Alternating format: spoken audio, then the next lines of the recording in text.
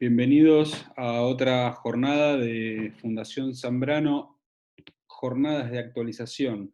Hoy va a ser el anfitrión, el doctor Francisco Lucero Sá, que nos va a hablar de cirugía en queratitis infecciosas, de toda su experiencia en el hospital y también en la fundación. El doctor Francisco Lucero Sá trabaja con nosotros en la Fundación Zambrano, junto con Paola Rinaudo, también en la sección córnea, y bueno, tiene bastante experiencia en esto.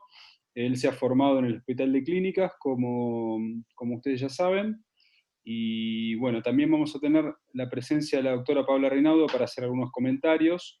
Recuerden que al final vamos a pasar las preguntas, y bueno, nada más, Fran, todo tuyo. Bueno, muchas gracias Julio por la presentación. Vamos a hablar un poco de cirugía en queratitis infecciosas. A ver. Bueno, primero tenemos que definir qué es una queratitis infecciosa. Se considera una infección corneal producida por microorganismos.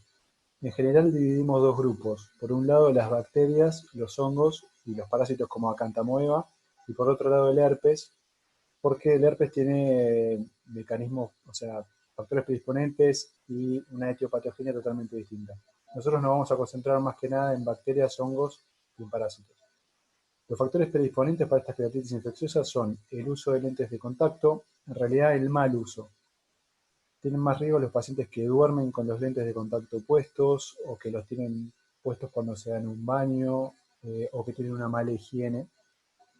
El trauma también es un factor predisponente, especialmente el trauma vegetal y especialmente para la queratitis micótica. Los antecedentes de cirugía oftalmológica también pueden favorecer las infecciones corneales, por ejemplo, a nivel de las incisiones o a nivel de algún punto de nylon que puede quedar flojo y que favorezca la infección. Las enfermedades de la superficie ocular, el ojo seco severo y la queratitis neurotrófica también pueden generar úlceras que no curan y que favorecen la entrada de los microorganismos al estroma corneal. Las enfermedades sistémicas, como la diabetes y también el pemphigoide ocular cicatrizal, el síndrome Stevens-Johnson, la enfermedad de Hector contrabujo, también alteran lo que es la superficie ocular y favorecen el desarrollo de infecciones, así como también la inmunosupresión. En general, el epitelio corneal no puede ser atravesado por microorganismos salvo por el hemófilos y el gonococo, entonces estos factores generan alteraciones de la barrera epitelial que favorecen el ingreso de los microorganismos. El uso de lente de contacto lo remarco porque es la causa más importante de todas, más frecuente. Los agentes bacterianos más comunes incluyen el estafilococo coagulasa negativo, el estafilococo epidermidis y la pseudomonas aeruginosa. Y dentro de los agentes micóticos se incluyen, por un lado, la cándida, más que nada en pacientes que tienen antecedentes de alguna cirugía, diabéticos o pacientes que están internados en terapia intensiva son más propensos a infectarse con cándida, y las Aspergillus fusarium son más comunes en el contexto de traumas vegetales. El 43% de los cultivos nos dan 2 o más microorganismos. Eso es importante tenerlo en cuenta, más que nada también cuando son polimicrobianos, la asociación más frecuente es el Staphyloepidermidis más el Fusarium. Y en cuanto al manejo, bueno, hay que hacer siempre una buena anamnesis. Dentro de eso, obviamente, preguntarle al paciente si usa lentes de contacto, si tiene algún antecedente de una cirugía o un trauma ocular, consignar las enfermedades sistémicas. Y en cuanto a la sintomatología, el dolor es variable. Por ejemplo, hay pacientes que tienen mucho dolor, como son los pacientes que tienen queratitis por Acanthamoeba, entran prácticamente llorando al consultorio. Hay otros pacientes que tienen queratitis micóticas, que por ahí son más indolentes, no tienen tanto dolor. Así que el tema del dolor es muy variable. Así como también otras sintomatologías, como puede ser ardor, fotofobia.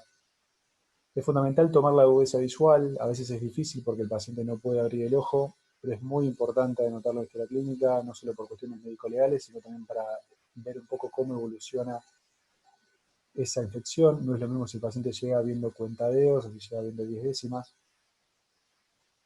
En cuanto a los hallazgos en la biomicroscopía, la verdad es que son muy variables. Depende del agente etiológico y depende de la gravedad de la infección. Pero en general lo que vemos es una úlcera corneal, ¿sí? Acá estamos viendo lo que es los límites de la úlcera, o sea, el defecto epitelial y después el infiltrado en el estroma. Este, por ejemplo, es una paciente con acantamoeba que lo único que tiene es una perineuritis radial y que tiene muchísimo dolor. La paciente se presentó con muchísimo dolor. Eso es lo característico de la acantamoeba a veces, cuando son muy precoces, no tenemos tantos signos, pero sí tenemos muchos síntomas. Y así es como evolucionó a pesar del tratamiento tópico con PHMB y clorexidina. Este es otro ejemplo, vemos también el efecto epitelial, la úlcera, el infiltrado. ¿Sí? Estos son los límites de la úlcera y acá vemos el efecto infiltrado en un ojo que ya se ve con una arquitectura alterada, ya es un ojo enfermo de por sí. Acá vemos al corte, la profundidad del infiltrado y acá vemos el hipopio. Otro infiltrado periférico, en general cuando son infiltrados un poco más cercanos al limbo, muchas veces son de etiología inmunológica. Este está un poquito más alejado del limbo, está asociado a una ulceración y parece un poco más infeccioso. Igualmente, bueno, siempre hay que tomar una muestra, eso lo vamos a ver un poquito más adelante. Pero es un paciente con fusarium el fusarium, o sea, tuvo una keratitis infecciosa, se hizo recubrimiento conjuntival, terminó una keratoplastia de urgencia y la keratoplastia se volvió a infectar. El fusarium es muy agresivo. Y bueno, ahí esta paciente presentaba esas lesiones centrales, se tomó muestra, tanto el directo como cultivo fueron negativos, y después evolucionó de esta manera en una semana. Acá vemos la úlcera, ¿sí? Se ven los límites de la úlcera, el infiltrado y el hipopio. Otro paciente acá también se ve la ulceración, o sea, el defecto epitelial que permite el ingreso de los microorganismos, y se ve un infiltrado en el estroma, en este caso con una cierta coloración. Este paciente tuvo una PCR positiva para hongos y terminó en una keratoplastia de urgencia. Pero bueno, como ven, la sintomatología es muy variable. Lo que es fundamental siempre es tomar muestra. A veces los pacientes vienen tratados de hace mucho tiempo, eso hace que sea más difícil conseguir un resultado, pero igual es muy importante tomar una muestra para PCR, directo y cultivo, o por lo menos para directo y cultivo. La microscopía confocal nos ayuda mucho para el diagnóstico de acantamoeba. ¿Sí? Lo que tiene a veces la PCR que tiene falsos negativos, el directo del cultivo también, a veces las muestras son demasiado escasas, a veces uno no tiene los medios para transportar la muestra, pero en el caso de acantamoeba nos ayuda mucho la microscopía confocal y también en algunas infecciones micóticas también nos ayuda, nos permite ver el microorganismo en el estroma corneal. El tratamiento es empírico, siempre en un principio nosotros tomamos la muestra y el paciente ya se va con un tratamiento. Si son abscesos periféricos menores a 1 milímetro, se puede intentar con una quinolona en un principio.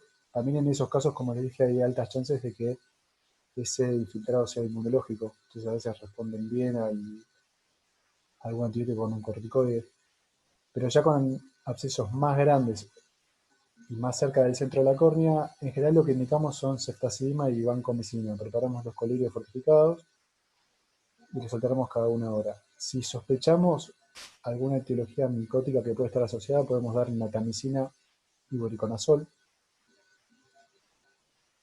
O voriconazol a veces los podemos dar juntos, o a veces uno o el otro, depende de lo que podamos conseguir. Y también se puede dar en keratitis por acantamoeba PHMB y clorexidina. Pero es importante tomar la muestra para llegar a un diagnóstico de certeza. Bueno, cuando la keratitis infecciosa no responde a tratamiento médico, lo que está indicado es la cirugía. Yo básicamente voy a hablar de dos técnicas, el recubrimiento conjuntival y la keratoplastia en caliente. En cuanto al recubrimiento conjuntival, me pareció muy bueno. Encontré el artículo de Gundersen, que fue el que describió la técnica que usamos, ahora con algunas pequeñas modificaciones que le hacemos, pero es prácticamente la misma técnica. Lo publicó el 24 de junio del 58. Hoy se cumplen 62 años, si no hago mal las cuentas, pero la verdad que me pareció muy interesante. Y lo que dice, la primera frase que dice es: frecuentemente llega un momento en el curso de una ulceración corneal seria donde el tratamiento médico falla y el oftalmólogo debe recurrir a una cirugía. Y si vemos la técnica como la describió, primero utiliza un punto tractor, toma lo que es la conjuntiva superior, hace una peritomía a 360 grados, lleva lo que es el flap hacia la córnea, se fija que quede bien suelto. Igualmente describe que antes de llevar ese flap hacia la córnea, uno podía hacer el tratamiento que quisiera en ese momento, que lo que hacían era queratectomía o los trataban con calor o con frío, con crioterapia. Y una vez que uno hubiera hecho eso, dejaba el flap sobre la córnea y le daba unos puntos de tracción. ¿Sí?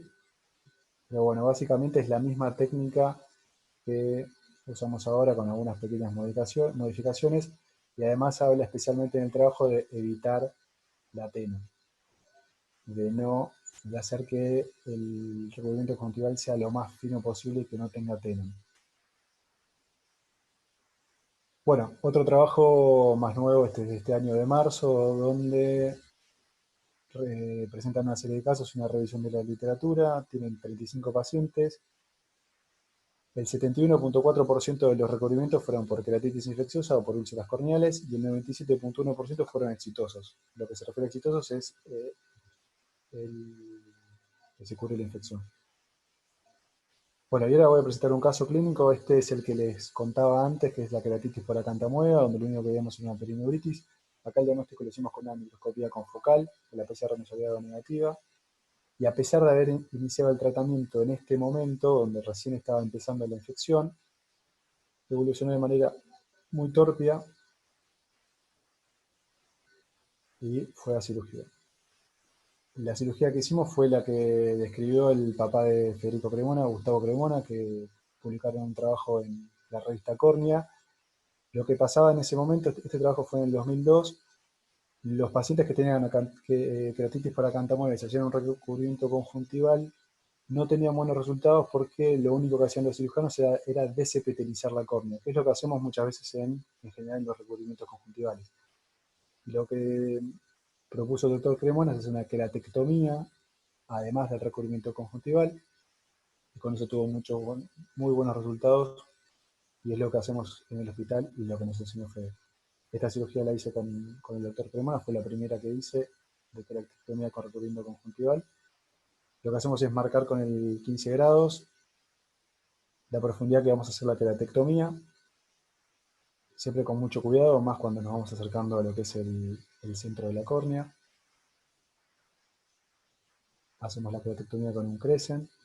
Y después, bueno, la técnica del recubrimiento conjuntival, la que hacemos siempre nosotros, tomamos la conjuntiva vulvar inferior más que nada por si el paciente después en algún momento se tiene que hacer una trabeculectomía, preferimos preservar la conjuntiva superior siempre que sea posible.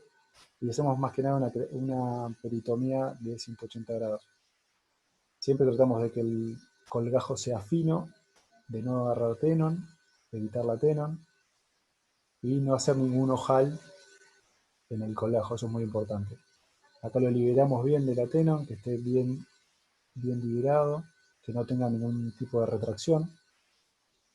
Y bueno, lo colocamos sobre la córnea. Acá vemos perfectamente que el recubrimiento no vuelve a su lugar, está flojo, que no está tirante. Y le damos puntos de nylon 10-0. Tratamos de que los puntos sean largos, así después es más fácil enterrarlos. Fundamental enterrar los puntos para que el paciente no sienta molestia, si no empieza a molestar, parpadea y termina siendo contraproducente. Y al final siempre vemos que los pedículos estén bien libres, que no haya ningún tipo de tracción. Bueno, la verdad que anduvo muy bien, estos son los primeros días de postquirúrgico, ahora está en lista de espera para el trasplante de córnea. Bueno, la otra técnica que tenemos es la queratoplastia en caliente. Este es un trabajo retrospectivo en la India, donde evaluaron 506 ojos y a todos se les realizó trasplante en caliente por queratitis infecciosa. Y tuvieron un éxito anatómico del 89.7%. La agudeza visual, la agudeza visual prequirúrgica, en el 97.8% de los casos era menor a 3 en 60, lo que sería la mitad de una décima. Y postquirúrgica, el 49.2% mantuvo una agudeza visual menor a 3,60, el 35.9% entre 3 en 60 y 6 en 60, que sería una décima, y el 14.8% más de una décima. Si bien parecen agudezas visuales bajas, tenemos que tener en cuenta que a veces las queratitis infecciosas pueden llevar a la pérdida total del globo ocular, o sea que estos son resultados muy buenos y va a depender también un poco del astigmatismo postquirúrgico y bueno, alguna otra complicación, o catarata, o alguna otra cosa. Los mejores resultados hoy los obtuvieron cuando hubo una intervención temprana, esto es, antes de la perforación o antes de que haya extensión escleral, en trasplantes menores a 9 milímetros, a veces que tenemos que hacer trasplantes mayores. En general, un trasplante normalmente tiene un diámetro de 7,75 u 8 milímetros el receptor y de 8, 8,25, 8,50 el dador. A veces cuando tenemos queratitis infecciosa tenemos que hacer trasplantes más grandes y eso se asocia a peores pronósticos. Más que nada por la cercanía del donante hacia el limbo, lo que puede llevar a vasos sanguíneos y favorecer los rechazos. Bueno, y también obtuvieron mejores resultados en infecciones que fueran puramente bacterianas o puramente micóticas, lo que quiere decir que los resultados fueron peores cuando había flora mixta. Bueno, las complicaciones fueron el glaucoma secundario, la más común del 24.9%, más que nada por la alteración de la arquitectura del ángulo que puede haber después de un trasplante en caliente, la reinfección en un 12% de los casos y un rechazo que anduvo por el 5.9% al año del seguimiento. Entonces, como conclusiones, los trasplantes calientes tienen una alta tasa de éxito anatómico, más que nada de preservación del ojo, y una agudeza visual que es aceptable. Pero lo más importante es una intervención temprana para tener mejores resultados. Bueno, ahora vamos a mostrar otro caso clínico. Este caso clínico es del Hospital de Clínicas también, lo operamos con el doctor Cremona, un absceso micótico con un mes de evolución, con una PCR positiva para hongos, que no responde a tratamiento médico. Vemos que la infección está un poco cerca del limbo y actuamos antes de que llegue al limbo. Hacemos una queratoplastia en caliente. Bueno, lo que hacemos en estos casos es con un trépano, es un trépano en este caso de 8 milímetros, vamos hacia el borde limpio, por afuera de la infección. Utilizamos las tijeras curvas de córnea para completar la trepanación. Fíjense, le opera la infección que ya se ha extendido hacia la cámara anterior. Acá estamos con la tijera izquierda tratando de no dejar rebadas.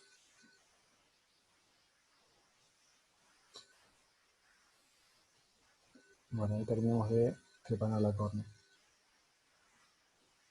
Después emparejamos un poco, también para que el borde donde vamos a suturar la córnea quede lo más prolijo posible. Sacamos bien lo que son las rebadas y además algún resto de infección que podría haber en ese borde. Hacemos una iridectomía fundamental en estos casos, que tienden a tener mucha inflamación y se pueden bloquear. Tenemos una córnea donante, en este caso hacemos de 8.5 milímetros, le hacemos 0,50 más al donante que al receptor y suturamos el injerto con puntos de nylon 10-0. Los primeros 4 puntos son los más importantes. Para el astigmatismo postquirúrgico, tratamos de que todos los puntos tengan la misma tensión. En este caso es un trasplante descentrado. Hubo que hacerlo así justamente por la infección. Eso va a favorecer el astigmatismo, pero acá lo más importante no es lo óptico, sino lo terapéutico, curar la infección. También es importante en estos casos no operar la catarata, porque si operamos la catarata favorece el ingreso de microorganismos al vitrio. Puede llevar a una endostamitis. Este fue el posquirúrgico el primer día, la córnea transparente, pero con un hipopión de 1/4 de cámara. Acá la verdad que cuando vimos esto nos preocupamos bastante, pero bueno, una semana después ya no tiene signos de infección activa, está muy bien, tiene una catarata y una sinequia que bueno, después se va a operar, pero la verdad que está muy bien. Bueno, otro caso clínico en un paciente, esta es una paciente que tenía distrofia de Fuchs, que se había hecho trasplante en los dos ojos, que había tenido un rechazo en su ojo derecho, y bueno, empezó con una infección, acá vemos el absceso y vemos el adelgazamiento corneal, y lo que hicimos en este caso fue hacer un trasplante de urgencia. Esta paciente la operamos en la fundación, acá me ayudó la doctora Páez Soria. Bueno, nosotros estamos más acostumbrados a operar con general en el hospital, en la fundación operamos con parabulbar y este era una paciente con un ojo muy corto, de menos de 22 milímetros, entonces preferí no usar el trépano de succión. Y además, como ya tenía un trasplante previo, fui trepanando por el borde del trasplante. Lavamos bien la cámara anterior y pusimos viscoelástico. Y bueno, después lo suturamos como cualquier trasplante. En este caso tampoco sacamos la catarata por la infección y bueno, tratamos de formar un ángulo, la verdad que también tenía muchas sinequias, es un ojo muy, muy corto y bueno, es difícil. Pero bueno, tratamos de que el ojo quede anatómicamente posible, lo mejor posible. También tratamos de generar el menor astigmatismo posible con los puntos. Son los puntos que vemos que tienen una tensión distinta o que no nos gustan los cambiamos. Y bueno, enterramos como siempre los puntos. Y al final chequeamos con una esponja que la cámara anterior está hermética. Este paciente ya tenía una ectomía amplia hecha, por eso yo no le hice otra.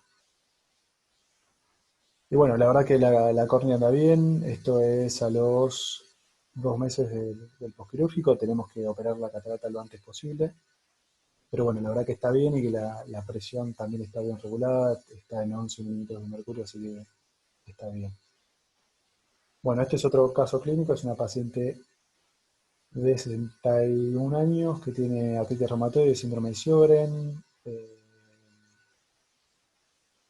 tiene antecedente de perforaciones en los dos ojos. En este ojo ya había tenido una perforación, le había hecho un parche esclera con un recubrimiento conjuntival, que bueno, no anduvo bien, se metió la córnea. Eh, Parece algo infeccioso, le tomé una muestra, por ahora la PCR medio negativa, pero el cultivo está pendiente. En este momento, cuando la vi, la ingresamos en lista. El Incucae tardó una semana en ofrecernos una córnea, con lo cual fue empeorando. El iris prolapsó más a través de la perforación y también empezó a abrirse por acá abajo. Pasaron unos días más, se hizo un desprendimiento de retina que se asoció a esto, así que el plan fue hacer un trasplante en caliente y además una vitrectomía. Acá es el día de la cirugía, está peor todavía. Bueno, primero emprolijamos un poco, sacamos todos los puntos de las cirugías previas. Medimos un poco ahora el trasplante que vamos a hacer. No podíamos usar una queratoprótesis transitoria porque medía más o menos 9 milímetros la córnea afectada. Así que hicimos un trasplante de 9,950. Tampoco podíamos usar trépanos no queríamos usar succión por riesgo a que venga todo. Esta cirugía me ayudó la doctora Rinaudo en esta parte.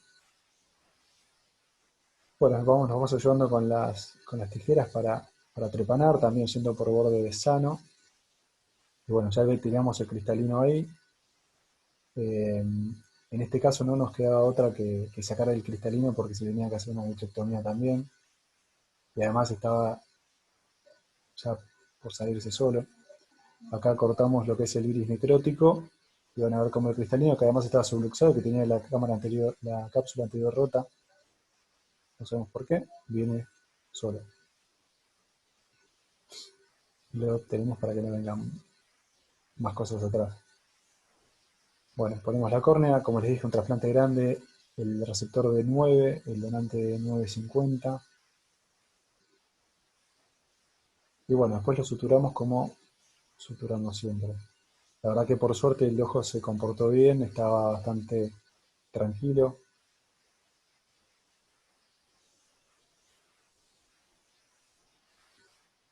Y bueno, acá ya estamos dando el cuarto punto, vemos cómo se forman el cuadrilátero, que el rombo, perdón, que las tensiones están bien distribuidas. Y bueno, en estos casos a veces es difícil porque estamos suturando directamente a la esclera. Entonces es un poco más complicado así suturar. Cambiamos algún punto que tenía mucha tensión. Y como siempre enterramos los puntos. Y ahora había que hacer la vitrectomía. Y este es el doctor Castro Feijó. Que lo que íbamos a hacer era aprovechar la vitrectomía no solo para solucionar el desprendimiento de retina que habíamos visto por ecografía, sino también para aspirar todos los restos de corteza que hubieran quedado. Le ponemos la tercera vía. Y bueno, ahí limpiamos un poco todo lo que es el segmento anterior. Y se hace una vitrectomía central. Y acá, bueno, el doctor Castrofejó vio que no había en realidad desprendimiento de retina. La verdad que todavía nos genera dudas, habrá sido quizás algún desprendimiento de retina exudativo. Pero bueno, la verdad que anduvo bien, la ecografía está normal. No le saqué foto al posquirúrgico, la vi recién. Esta superó el sábado, la controlé al otro día y el lunes y la verdad me olvidé de sacarle foto, pero bueno, está bien. Y en la ecografía vemos que no hay desprendimiento de retina. Entonces, como conclusiones, no hay que demorar la indicación quirúrgica si no responde a tratamiento médico, o sea, hay que indicar la cirugía lo antes posible cuando vemos que no está respondiendo, porque el pronóstico va a ser mejor cuanto antes indiquemos el tratamiento quirúrgico. El recubrimiento conjuntival es una opción terapéutica útil para enfriar el cuadro y después habrá que hacer una queratoplastia en un segundo tiempo.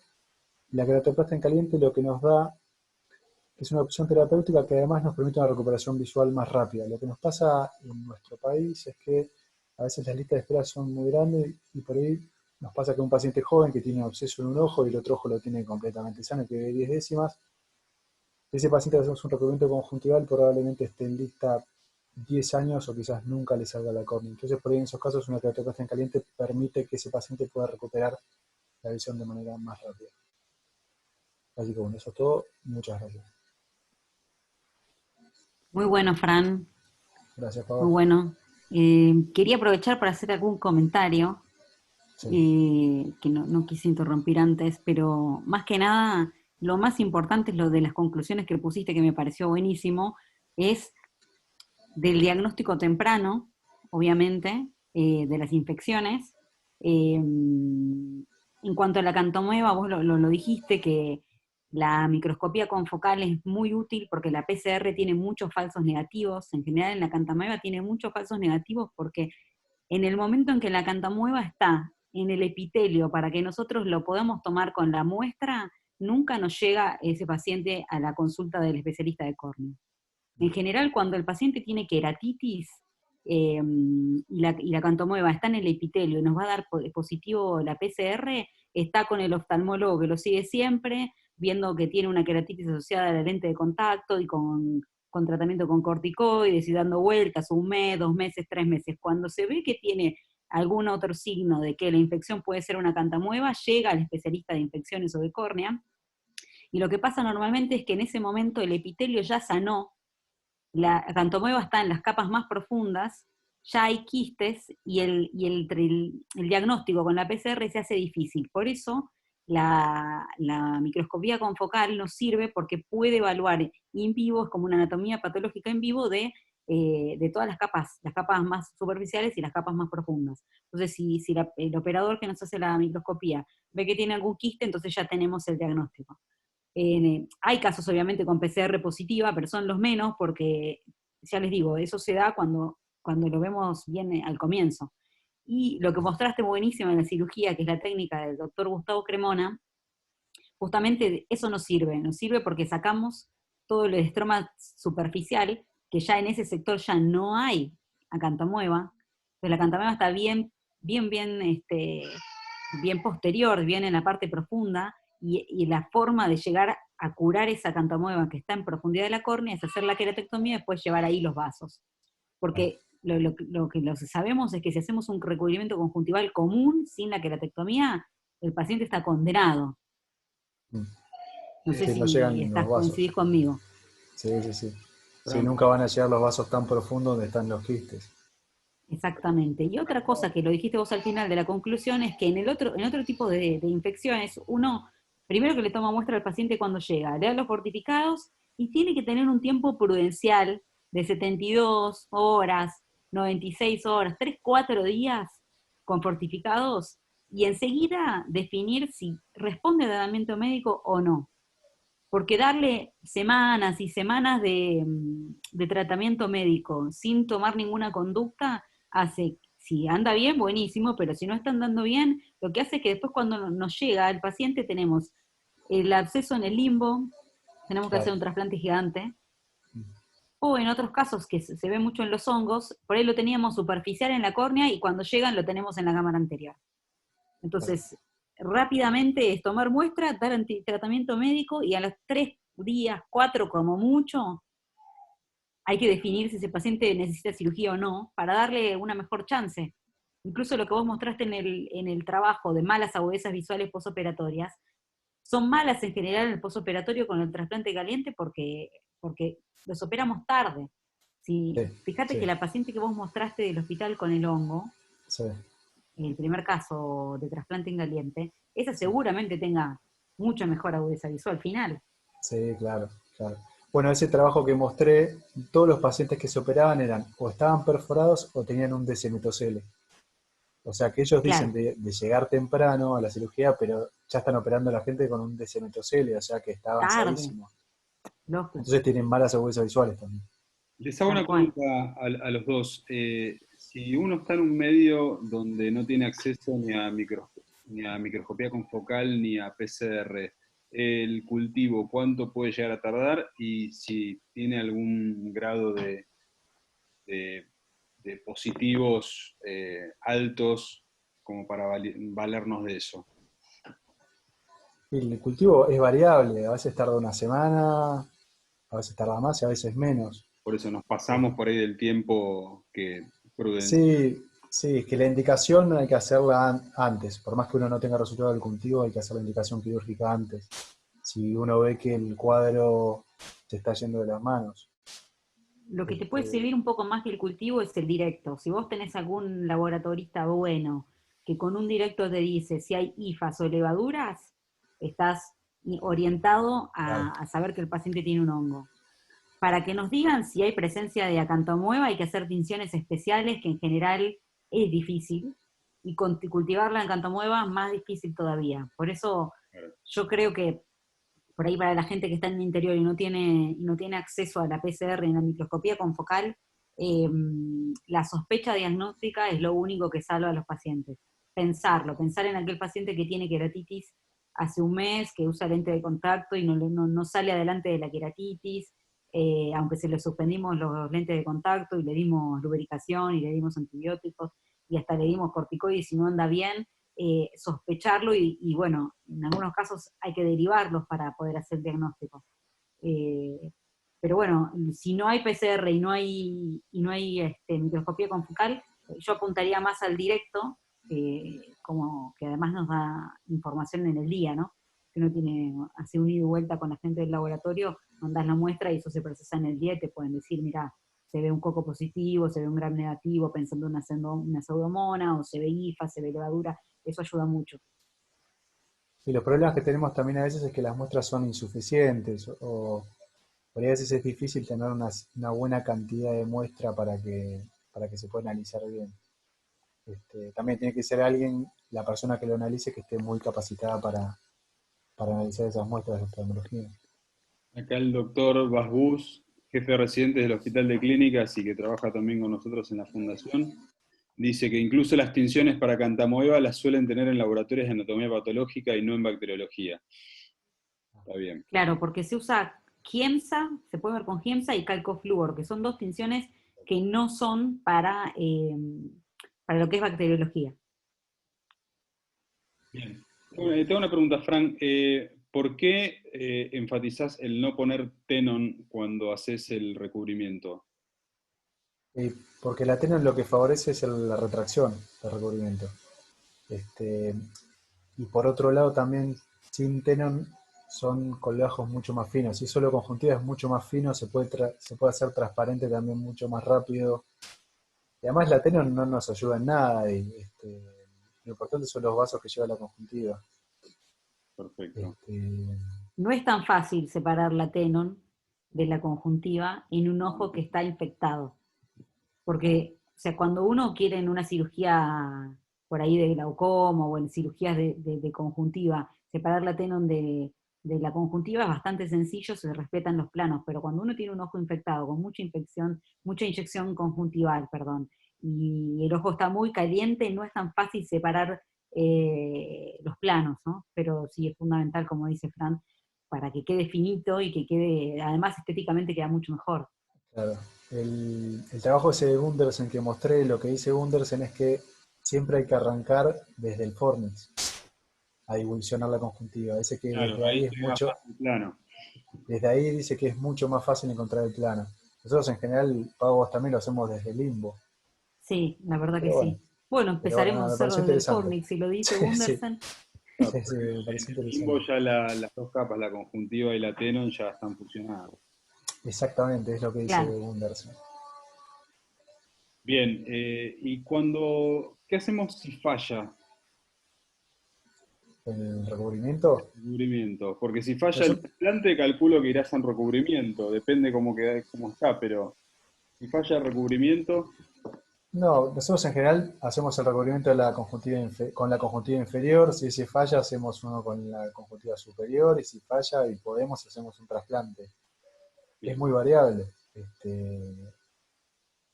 Y si hicimos un Depende de trasplante, qué. Sí, sí, sí. no, y si por ahí de entrada hicimos un trasplante en caliente y ese trasplante no anda bien, bueno, depende, podemos probar a hacer otro trasplante o hacer un recubrimiento. La verdad que es todo muy, muy variable en esos casos. No sé, vos, Pablo, ¿qué pensás? Sí, depende un poco de por qué ande mal el recubrimiento. Una cosa es que la infección haya afectado el colgajo, y por ahí a veces pasa que de repente se hizo recubrimiento que hace 2 días y a la semana no tenés más recubrimiento porque la infección progresa y come el recubrimiento. Si es así, a veces hemos intentado hacer un segundo recubrimiento a ver si va, pero la verdad es que si el recubrimiento no anda bien, el paciente suele terminar en un trasplante caliente. Eh, y al revés, si hicimos un trasplante caliente y recidiva, hay que ver cómo recidiva. Si recidiva en el botón, le repetimos el trasplante en caliente. ok. Si recidiva en la periferia, que puede ocurrir si no sacamos la cantidad necesaria de tejido afectado cuando hicimos la primera cirugía, a veces podemos hacer un trasplante un poco más grande, eh, o a veces podemos hacer en la periferia un recubrimiento, pero la verdad que son ya situaciones un poco más extremas en las cuales vamos viendo paciente por paciente qué es lo mejor. Claro, un recubrimiento monopediculado se puede hacer en la periferia o en raqueta también, que lo Claro. usamos. Perfecto. Bueno, al parecer estamos cortos de preguntas porque no han escrito mucho en Zoom, en Facebook En tampoco. Facebook. Eh, Así que, Pau, no sé si querrás hacer algún comentario más. No, la verdad que estuvo muy bueno. Pero bastante Em, claro igual. las conclusiones, las que hablamos un poquito antes del diagnóstico rápido, la sospecha, no dejar pasar a los pacientes mucho tiempo con tratamiento médico si no están evolucionando bien o si no vemos mejoría, porque el éxito de la cirugía en queratitis infecciosas está dado por la premura en la indicación. O sea, si se indica rápido, anda bien, y si indicamos tarde, estamos complicados. Así que creo que esa sería un poco la conclusión. Y estuvo muy bueno en los casos de Fran. Y, y creo que nada más. Bueno, entonces vamos a presentar lo que va a ser la próxima jornada, en la cual vamos a tener como invitado especial al profesor Jaire, que es una leyenda en la oftalmología, y que nos va a hablar de oclusión de vena central de la retina. Bueno, Jaire es conocido por todos porque es la persona que más sabe de vasculopatías oculares, así que los esperamos a todos, que va a ser el jueves 2 de julio a las 12 horas, así que agéndenlo y bueno, los esperamos a todos con nosotros ese día. Va a ser en inglés porque el profesor habla en inglés, así que bueno, igualmente las preguntas, los que no están tan duchos, las podemos traducir y las respuestas también, así que eso no va a haber ningún problema. Así que les agradecemos a todos. Julio, ahí apareció una pregunta Decime. A de la ver. doctora Laura Susana Glasser. Pregunta, buenas tardes, ¿cuánto tiempo esperan normalmente posterior a un recubrimiento exitoso para realizar el trasplante corneal? Eh, ¿Fran? yo, bueno, más que nada ver que, o sea, estar seguro de que ya la infección está curada, ¿sí? Que el ojo esté tranquilo, que no haya más signos de inflamación. Pero no hay, me parece que no hay un límite de tiempo, excepto para la cantamoeba, que en general se dice que entre 6 hasta 6 o 12 meses se debería esperar antes de hacer un trasplante, porque pueden Sí, persistir algunos quistes. sí, sí. Eso es porque el tratamiento no es largo, el tratamiento de la Claro, cantamueva es largo, por más que uno vea que el paciente está bien y clínicamente lo ves bien, si a un hongo uno le da antifúngicos por 3 meses, a una cantamueva hay que darle antiparasitarios por entre 6 a 12 meses. Hay trabajos que dicen que a los 6 meses es suficiente, incluso hay trabajos que dicen que se puede hacer un trasplante en caliente, pero nosotros entonces en general eso no lo no lo hacemos. recomendamos. Pero yo creo que sí, entre 6 meses y un año, ¿no? Y Ir sí, a lo seguro. claro. Bueno, perfecto. Muy bien. Bueno, entonces ahora sí, nos despedimos y los esperamos el jueves de la semana que viene para una una nueva jornada, esta vez conferencia especial, como les dije antes, del profesor Jaire, así que no se lo pierdan. Les agradecemos mucho, bueno, Fran y Pau, por haber Muchas participado. gracias. A veces, Gracias a todos los que estuvieron para escuchar y preguntar.